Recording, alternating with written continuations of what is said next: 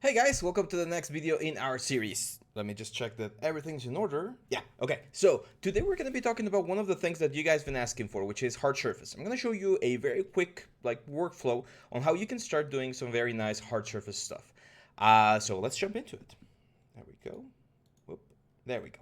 So this is an old model of mine. I was doing a strat for my Dungeons and Dragons party since we were playing the Ravenloft campaign, which is very cool. I strongly recommend that one. And it's just a head base mesh that I sculpted into Strat's shape. So what I'm going to show you is a general approach that you can follow whenever you try to do some sort of hard surface technique. I'm going to start this little project by giving you a disclaimer. Hard surface is one of those things that needs to be you need to be really clear on what you want for your hard surface.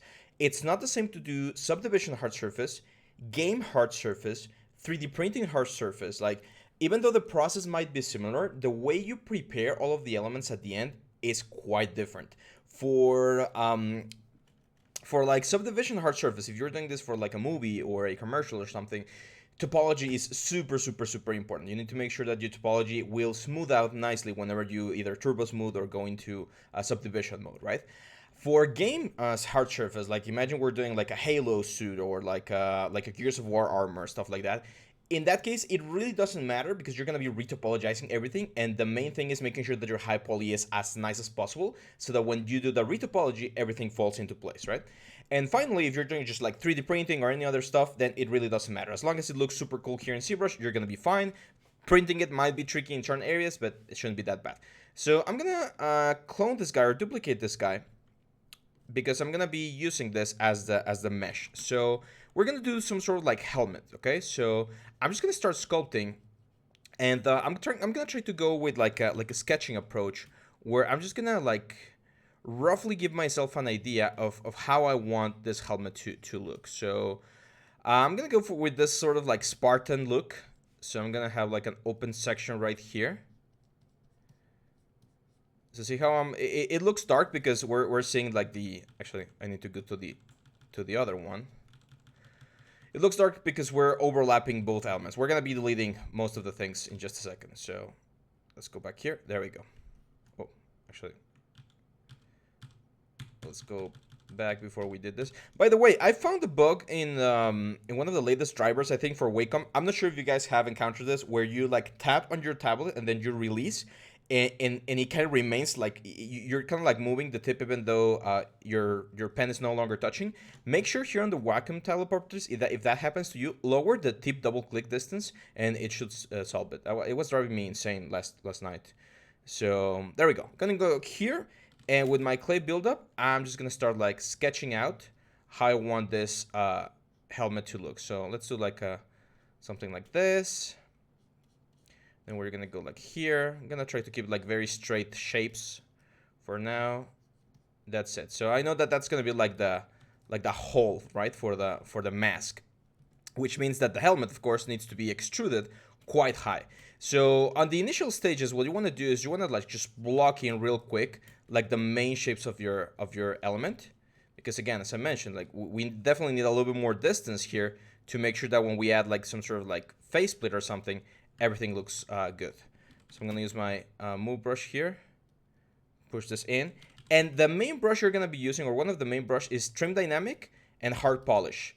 Those are gonna be great brushes to just like block things in and make sure that everything starts looking interesting. So something like this. Now what I'm gonna do is, since we no longer need this face, I'm just gonna start destroying it. So as you can see, I'm just like kind of erasing it. I'm pushing it with clay buildup back into the character so that this main shape is what we're working with. I'm gonna go Dynamesh. I'm not gonna freeze subdivision levels, so I don't want to keep all that information. And then if you remember, on the last tips video, I showed you this option here in the Dynamesh thing, which is polish, will give me some sharper lines right there. So again, with the trim dynamic, I'm just gonna sketch out. This is what I would consider like the sketch phase of the hard surface process. So there we go.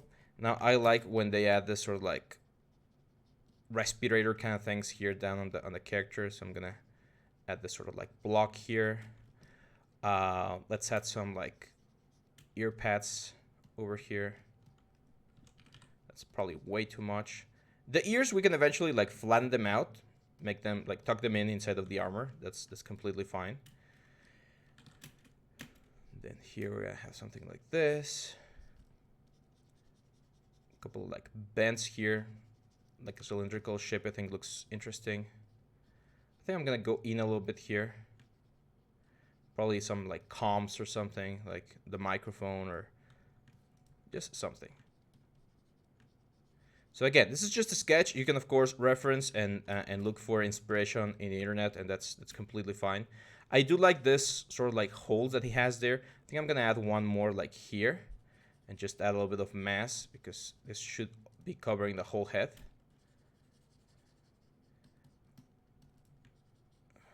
Let's delete everything back here. So if you've ever, I've never ridden a motorcycle, at least not by myself. I think I've been in one, like once or twice, but I don't own a motorcycle, but I know that there's of course a hole on the bottom side of the helmet, so I would expect the character to be able to put his helmet on that way.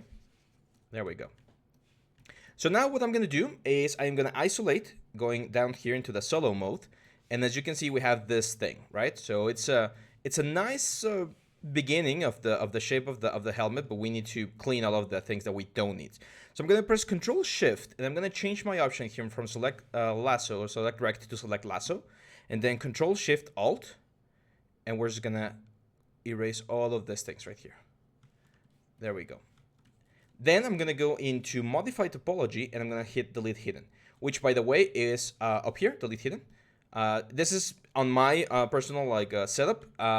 If you guys want me to show you how to do a personalized or a custom interface, let me know in the comments, and I'll be happy to make one video for that. And now I'm just gonna Dynamesh again. As you can see, the hole gets closed, and I want to make sure that this thing is not completely like full. So I am again gonna use this thing, the select lasso, to delete all the things that I don't need. So again, delete hidden. Dynamesh again. As you can see, it doesn't really get rid of all of it, but it helps. It's a little bit closer to what I'm looking for. So now, if I turn the character back on, down here on the dynamic solo, now this thing is only on the off side, right? So I'm gonna go into the character. I'm gonna grab the ears here. Yeah, I'm gonna grab the ears here and just push them in, so they're hidden. And now comes the part where you can go crazy. Like this again, this is just like my sketching process for this sort of things. So I'm gonna finish this thing here. And I think I'm gonna have this sort of like square-like shapes. So very, very common in video games and stuff right now. Damien Standard, using your Damien Standard brush on an inverse function, like what I'm doing here, it's really good because you're gonna get this very sharp edges, and when you Dynamesh, that thing's gonna be like really, really sharp. And with the polish turned on, it's gonna be a little bit easier to control this sort of processes. So there we go. So something like this. I'm gonna push this forward, so there's enough room for everything. Now trim dynamic again, and let's just like bevel this thing a little bit on that side and on this side. See how I'm cleaning up the shape? So that's what we're going for. Now for like the main, let's say like the main like faceplate or something, I'm just gonna append a new sphere. Let's make the sphere smaller, of course. I'm gonna change the material in the sphere. Let's grab like this, like reflection red, and I'm gonna say on the sphere itself, M here to go into material channel, color, fill object, and then if we go back to our like startup material, only the sphere is gonna be this like red color. Let's reset the pivot point. There we go. So I'm gonna try to keep it like as round as possible. I'm gonna flatten this out. We can turn on here transparency to see where the nose ends, which is right there. And now it's just a matter of, with symmetry selected, like push a couple of things in and out. As you can see, it's not a perfect sphere. Let's turn off symmetry. But now we can go into the helmet itself and modify it a little bit. So that all the things that we were doing initially become a little bit nicer, right? So this is important because we definitely want the helmet to be usable, right? So that means that we need to take into consideration the face of the character.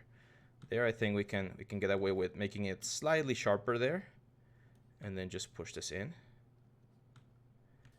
And look how nice this looks. Let's go back to play build up. I'm gonna go into my helmet again. Just start cleaning up a little bit of this areas right there.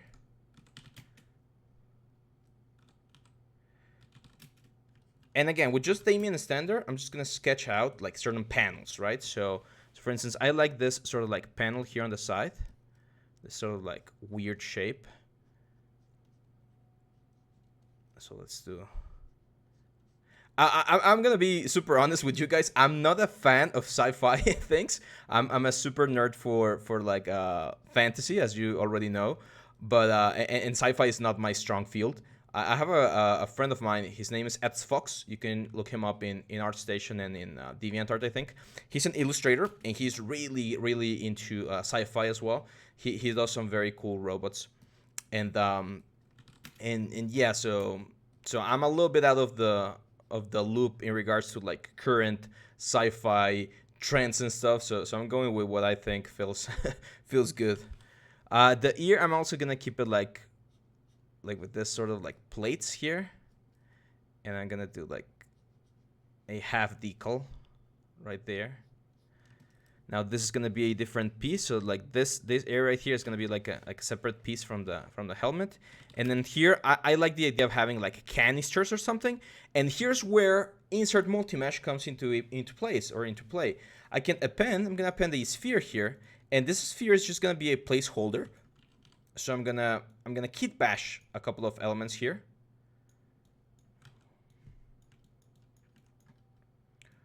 So I'm gonna go there.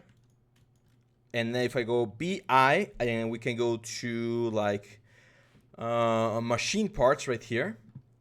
And we have like this couple, like this coupler right there. This ports, like there's a lot of things. You can also download more insert multi-mesh parts. For instance, this like gun thing should have some sort of like round element. Like that guy, like this guy. This guy looks really good. So I'm just gonna drag and drop it.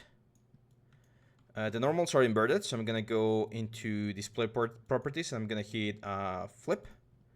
There we go. And if we divide, Control D. It's not working. That's fine.